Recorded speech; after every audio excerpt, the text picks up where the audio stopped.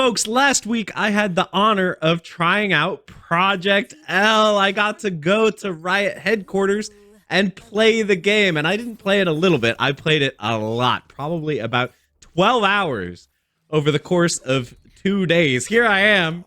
I was hanging out with Annie and Tibbers, and I got to play a whole bunch of Project L. So I want to explain to you guys what the game is like, how I felt about the game, experiencing it for myself, and I'm going to run you through 5 of the things that I think are most important for you to know about Project L, coming from one of the few people who has had the privilege to actually try it out. So let's jump into the list. So the first thing, and this is probably going to be the most mind-blowing thing, I know it blew my mind.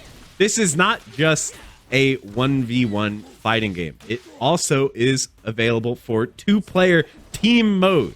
So you can team up with a teammate and each of you will control one character. Or if you want, you can play both characters yourself, just like if you're playing Marvel vs. Capcom or whatever. And you can even queue up and just freely fight between one team controlled by one person versus one team controlled by 2 people, each one controlling a character. So I thought that this mode was really sick. I thought that this was one of the biggest selling points of the game, because it's just fun. It's fun to work with another player. It lets you focus on, calling assists and stuff. When you're the character who is not the active character, the one in the back, all you can do really is you can call assists, you can burst to try to save your point character and stuff like that. And you really get to focus in on playing your role as a teammate, since you don't have to split your attention between assists and fighting in real time. So I think at the end of the day, playing both characters yourself is probably more optimal, because you don't have to worry about like screw ups, like your teammate can call the assist at the wrong time and make you drop the combo and stuff like that. So it might end up being more optimal to just play by yourself. But I think for new players especially, it's going to be easier to play with a teammate, because it's pretty hard to learn how to call assists at the right time when you're also trying to control your main character. So that helps you out a lot, and I think it's going to be a lot more fun for beginners as well, because the pacing is a little bit easier. You don't have to focus on fighting the whole time. Half the time you can focus on, being a support, being an assist. So yeah, I really loved 2v2, and I love the fact that, you're not like forced into playing 1v1 or 2v2. You can choose, and you can play against people playing either way, and it works just fine, and it seems pretty well balanced either way. All right, the next thing, number 2 on the list here, is the game kind of sort of has like a groove system similar to what you might know in Capcom vs. SNK 2 or Street Fighter Alpha 3 with the ISM system. They're called fuses in this game. I believe there are 4 of them currently. There may be more in the final game. That's subject to change, but currently there's 4. So let me see if I can remember them all. There's double assist, which means you can call an assist and then call that character to do another assist again, like while they're still on screen. 2 assists in a row. There's one that's basically DHC from Marvel, meaning you do your point character's super, and then you do the next character's super, and that character will come in and take over. So that's one of the fuses as well. One of them is kind of like a comeback mechanic. When you get low on life, you get access to kind of like a dash cancel, like an FADC, and you get a passive damage buff when you get low on life. And the last one is double tag. So double tag was probably the most complicated. You can tag in your teammate and then tag back like quickly, as part of the same combo, which is really crazy. So I'll explain the tag system and the assist system a little bit more later on. But for now, just remember there's 4 fuses, and they all seem pretty different, and they all seem pretty balanced, or at least pretty viable in their own ways. Looking around the room and seeing other people play, I saw that people are having success with a whole bunch of different fuses. I was mostly sticking to double assist because I found it pretty easy to use, but there were some people doing double tag and really making it work, and double DHC, or like double super, aka DHC, was pretty popular as well, just because it lets you get a ton of damage if you spend all your meter. By the way, your meter is independent per character, which is also pretty interesting. Each character can have up to 3 meters, which I guess they do that so that if you're playing with teammates, they can't just burn all the meter and then you never get to super. I don't know. That's my assumption for why they did it that way. But yeah, you can have up to 6 meters total between the 2 characters. There's no level 3s. Every character has 2 level 1s and a level 2. I'll explain the inputs for that shortly. But yeah, so 2 level 1s and a level 2. They're called ults, by the way, because this is a League of Legends game. So yeah, you got your ults, you got your super meters, you got your grooves. Yeah, I guess for the third item on my list, I want to talk about the actual controls of the game. So if you guys didn't know, they have said before, this is a 1-button special game. So you don't have to do fireball motions. You just press one of the 2 special buttons. So there's 3 normal buttons, light, medium, and heavy. And then there are 2 special buttons, special 1 and special 2. And then there is the assist/tag button. So it's a 6-button game. You can set macros. So for example, light plus medium is the dash shortcut. You can macro that to a button if you want. Medium plus heavy is throw. You can put that on a button if you want. Yada, yada, yada. So with your specials, you know, obviously different directions plus the special button will do different moves. Just like in a game like Super Smash Brothers. Down, down plus special is how you do your ult or your super. So down, down special 1 will be one of your level 1s. Down, down special 2 will be the other. And then down, down, both specials will do your level 2 ult, which these are the ones that have like the really flashy cinematics and stuff.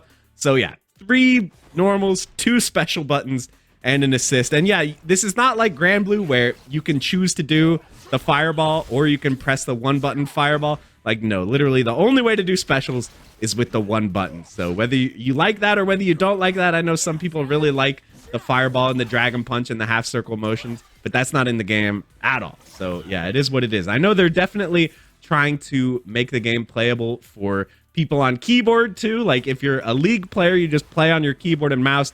They want you to be able to hop into Project L and do everything just fine on the keyboard. So I think it's pretty balanced around that as well. So yeah, those are the buttons. 6-button game minimum, but obviously with macros and stuff, if you're playing on pad, you can put stuff on the triggers and stuff like that. So yeah, that is the gist of the normals and specials of the game. So let's talk more about the tag system. So the tag system, it's pretty freeform, the way that you can tag and call assists in the game.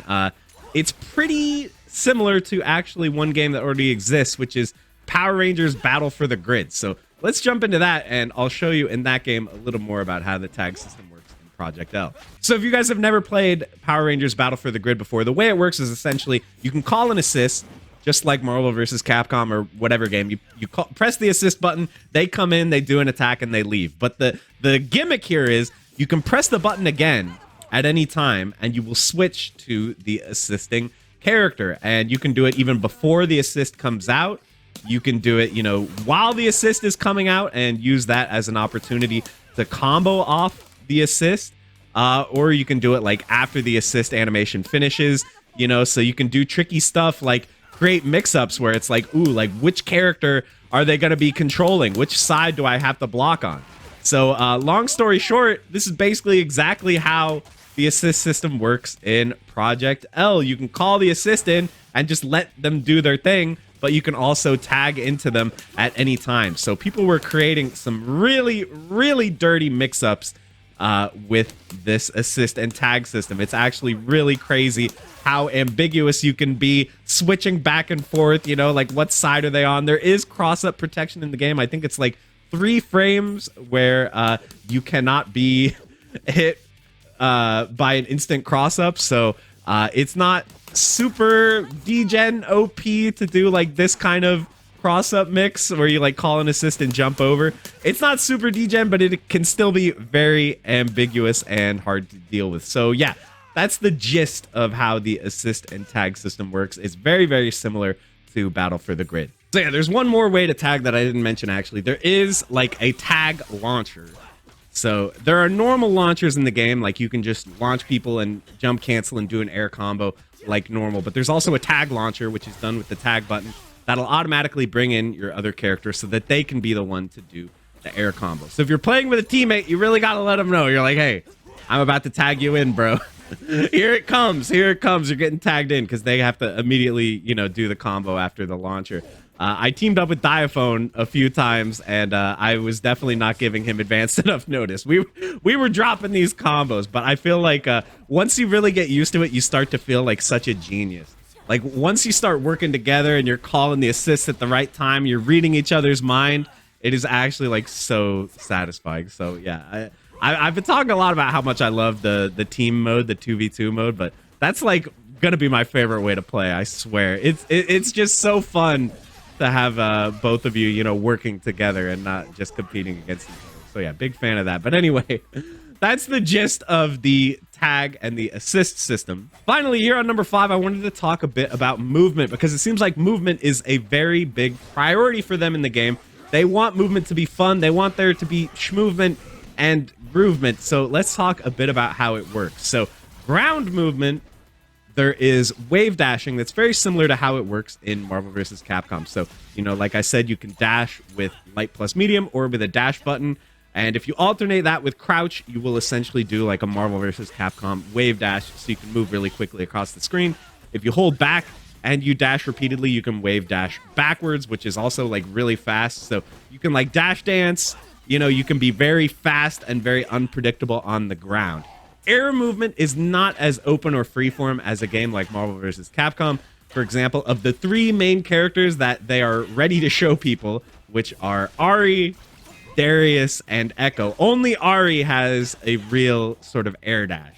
She is kind of the air dashing character. Darius has like nothing in there. He has like no movement, but Ekko has kind of sort of like a double jump. So yeah, their air movement is definitely going to be character specific. Not everyone has an air dash. Also, Ahri, I think, just has forward and backward. No, like 8-way air dash, but maybe somewhere along the line we'll get a character with an 8-way air dash or something. Maybe we'll get like Storm Float. I don't know. But for now, ground movement, everyone seems to have the same options. Everyone seems to have wave dashing forward and back, but air movement is going to be more character specific. So I guess now that I've told you about the 3 characters, we can talk a little bit more about each of the characters. I want to do probably full videos for these 3 characters at some point, but for now I'll just give you a rough overview. So Ahri is kind of like the Magneto, the rushdown pixie mix-up character. Like I said, she does have an air dash. She can be very hard to block. She can do like fakey, like reverse cross-ups and stuff like that. So yeah, she is the fast rushdown character. Darius is kind of the opposite. Darius is the big, slow, let's say like Incredible Hulk type character.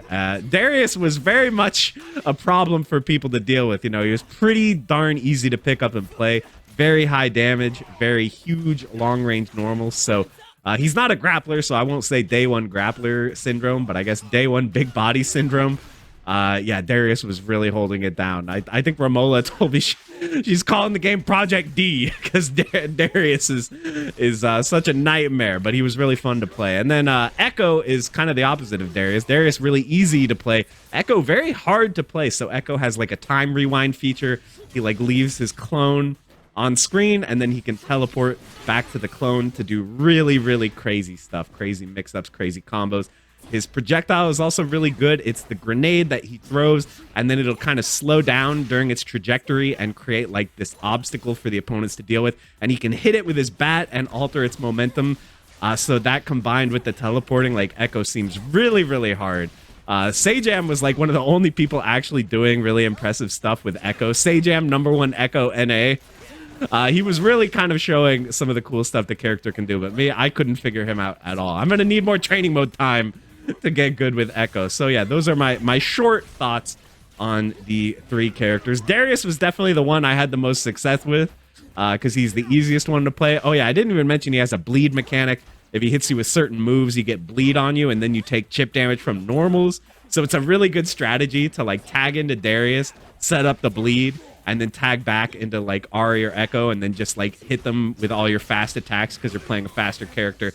Chip them a ton of damage. So yeah, that was really fun. So yeah, those are my short thoughts on the 3 characters, and I guess my overall thoughts on the game so far. I was really impressed. So I think they're taking a lot of stuff from existing games that have been successful before. You know, they're taking some of the ideas from stuff like Power Rangers, some of the ideas from stuff like Street Fighter Cross Tekken. That was another game that let you play, you know, 2 people, each one controlling 1 character. It's got some similarities to Rising Thunder, which was obviously made by a lot of the same people. And, of course, taking some inspiration from classic games like Marvel vs. Capcom and stuff like that. So, yeah, overall, I really, really like the game. It definitely seems like, you know, it's still a ways to go. Obviously, they're only showing 3 characters right now. So, definitely, it seems like we're getting a little bit far from the real release date. But I think they are ready to announce that the game is going to be playable at EVO. So that's extremely exciting. So we'll get our chance to get our hands on the game then. Hopefully, if you guys are going to Evo, you'll be able to check it out. But I want to hear from you guys. What kind of Project L content do you want from me right now? What do you want to hear me talk more about? You want me to do in-depth guides for each character? I can't record any new footage. I can only use the existing footage that they provided for us. So I can't do like a full character walkthrough where I'm like showing the moves one after the other. But I can talk to you about my experiences playing all the characters and give you my thoughts and, you know, a little overview about how I think the game is looking so far. But right now, I'm really impressed by everything that Riot is doing. Thanks so much to them for giving me the opportunity to play. And thank you to you guys for checking out the video. I hope that you enjoyed it. Let me know what you want to see more of from me. And with that, I'll leave you to it. So hope you guys have a good one. Thank you so much for watching. And I will see you in the next one. Bye, everybody.